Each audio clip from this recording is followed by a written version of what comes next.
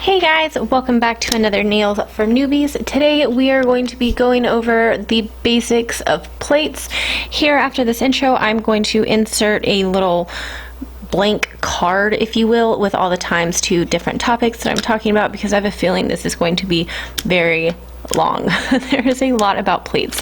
I'm not going to get into reverse stamping or foiled stamping or lead lighting or anything like that today. I'll save those for later videos, but let's go ahead and just jump right into the very basics of stamping plates.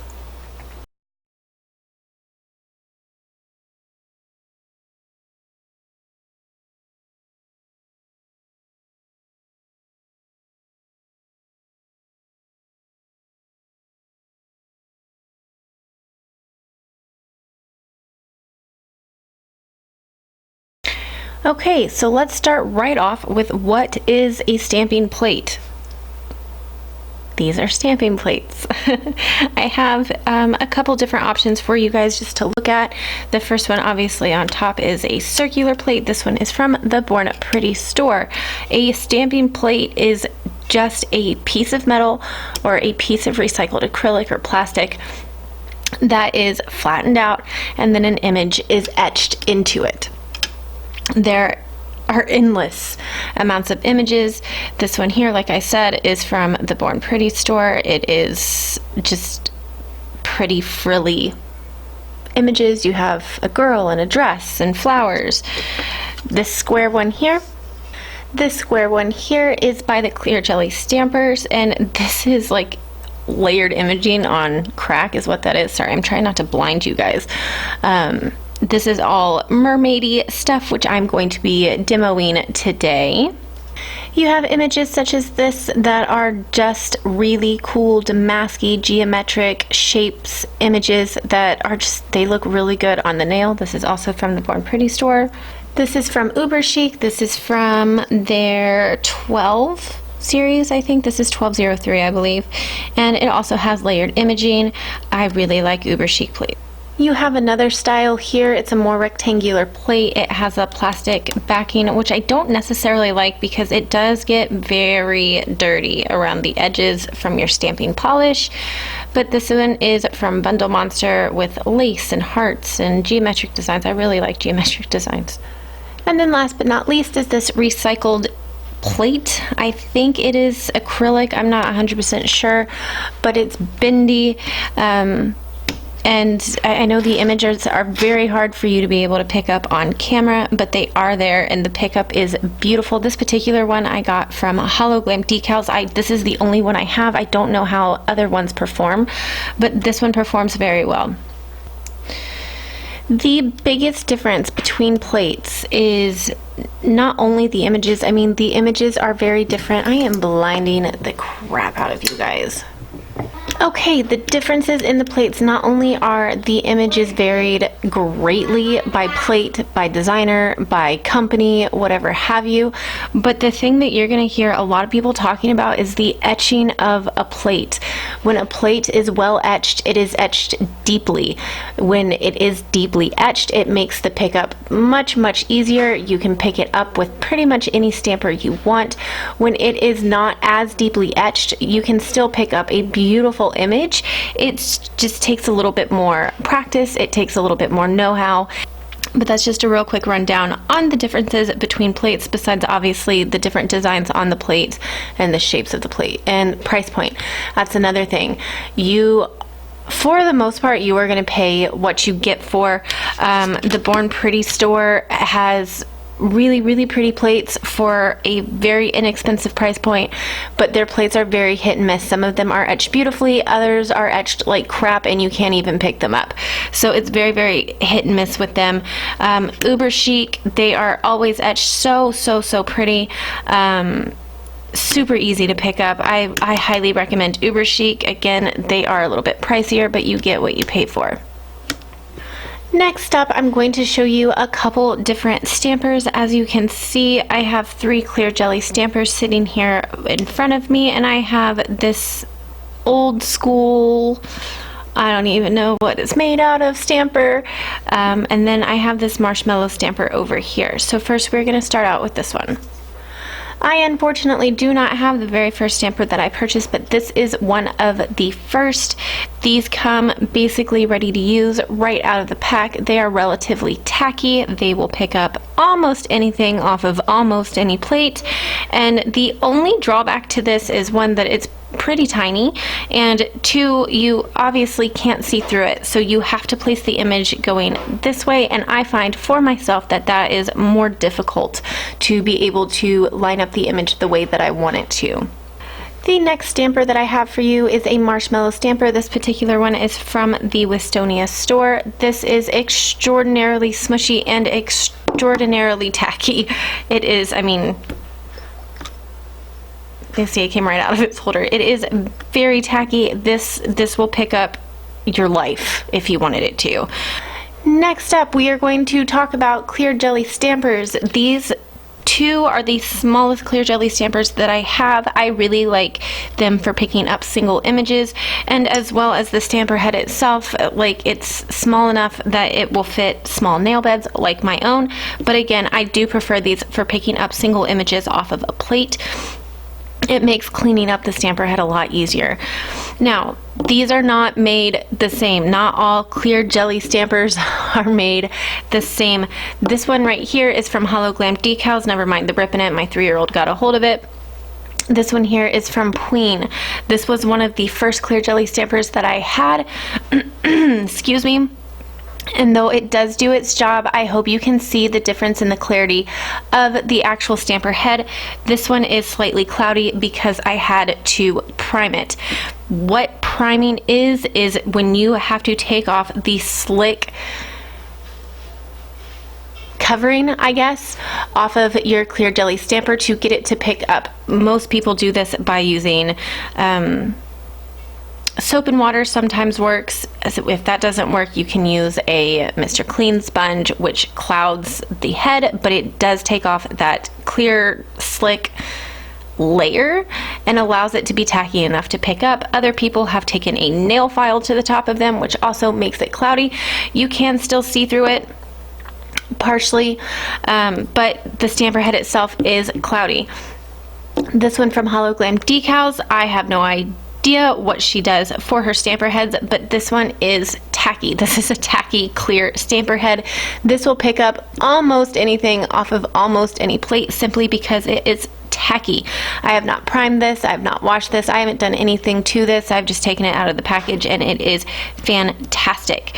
One thing that I will say, when you get a holder that is not metal, it is plastic, when you are working with polish remover and acetone, it gets very cloudy very quickly, and you cannot clean these when you get fingernail polish on them because, again, they are plastic and the acetone will cloud the plastic, making it a little bit more difficult to use.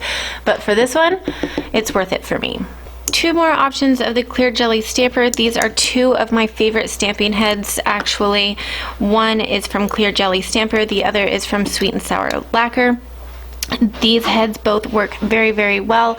They took absolutely no priming to get them to pick up, and as you can see, this Clear Jelly Stamper one is extraordinarily clear. It's like crystal clear. Another thing with this particular stamper from Clear Jelly Stamper is that the lip right here that is holding in the stamper is rather large. I hope you can see how deep that is. The reason this is important is because it holds your stamper head in place. This stamper head here is equally as amazing. It is pretty much just as clear as the Clear Jelly Stamper head one, and it does have the metal body, which makes it incredibly easy to clean. The only drawback is the lip. I hope you can see the difference between the one I just showed you and this one. It does hold the stamper head relatively well, but if you're getting really in there and you're pushing really hard, it does completely collapse in on itself when it's up. It goes straight in very, very easily. Scrapers, not like you can really tell the difference there. Can you see it now? Probably not. Scrapers. Scrapers come in all different sizes. They come in all different shapes. This particular one here, it is very, very flimsy and quite small. I don't prefer this because it is so flimsy. It gives too much for me when I'm stamping, and it is pretty small, so I tend to get my fingers messier. This one, as you can see, is quite loved. It is a credit card style stamper or scraper, and it is rather firm. It does have some give, which you want when you're scraping, but it's not so easy that you're going to bend it in half and flop all over the place and have a big mess. This right here is the first scraper that I ever received. As you can see, it is very small and it was well loved, but this was used prior to me having any knowledge on scrapers or plates or any of the aforementioned issues with scraping images. This is incredibly firm. This does not give at all, and it is also metal. This is a metal tip, and sliding this across a metal plate or an acrylic plate will scratch and damage your plate. I don't suggest using these ever, to be quite honest. I have no idea why these were even put out as an option. Stamping polish. This particular one is from MDU. There are tons and tons and tons of brands out there of stamping polishes. This particular one is very, very thick, extraordinarily pigmented. Unfortunately, it also smells god awful, but it does the job. You can also use nail polish to stamp. This particular one is from Painted Polish by Lexi. All of her creams are formulated to also stamp, so not only are they incredibly pigmented on the nail, they are pigmented enough that they will also stamp very well, leaving behind a pigmented image to cover the base color on your nail. The biggest difference I have found between stamping polishes and nail polishes that stamp is that a stamping polish is typically thicker.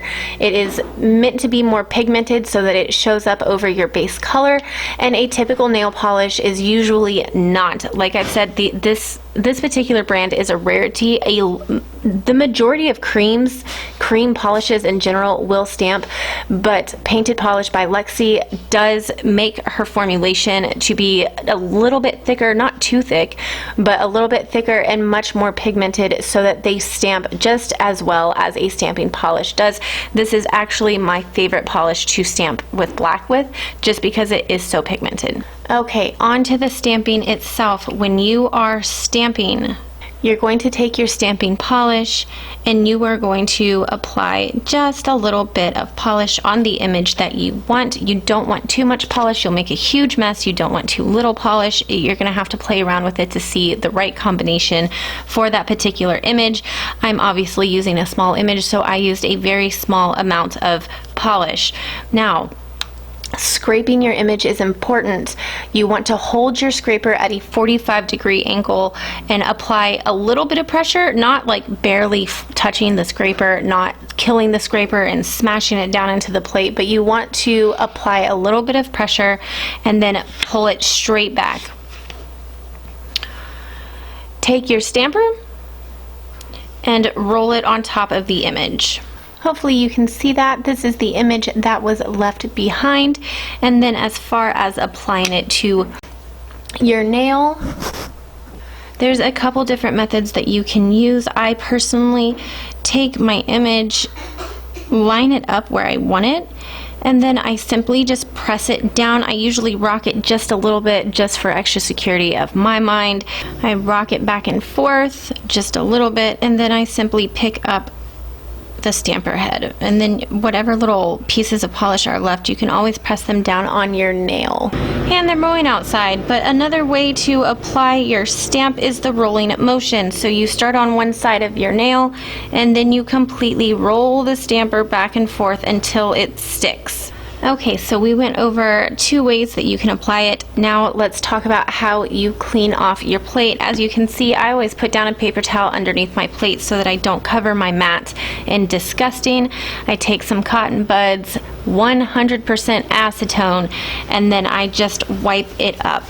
I am using a little cotton bud cloth from the Born Pretty store, which I am obsessed with, and again, 100% acetone. If you use regular polish remover or acetone that has additives in it, it will put the oil onto the plate, which will not necessarily make pickup impossible, but it will make it quite difficult. Okay, how to clean your stamper head. Hopefully you can see that I do have polish on this. Don't ever use acetone on your stamper head. This goes for any of them. The acetone itself will disintegrate the material that your stamper head is made out of.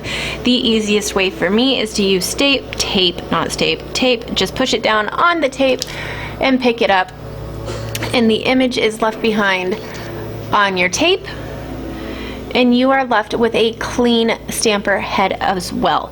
You can also use a lint roller. A lot of people use those, but don't ever use acetone on your stamping head. Alright guys, I think we have covered the most basic of basic for stamping for now. Like I said, I will come back in and do more videos on reverse stamping, foiled stamping, lead lighting, stuff like that in much more detail, but I mean, we would be here for over an hour probably talking about this if we did it all in one video.